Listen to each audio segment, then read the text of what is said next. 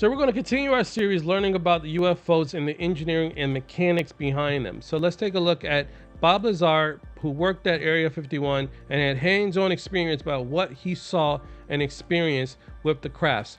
The first inkling I had was when I came in. There's this facility that is at S4. Now, S4 is another term for Area 51, basically. So that's the quadrant in which he was in that area. He was in quadrant S4, but generally speaking, it's Area 51. It's in the side of a mountain.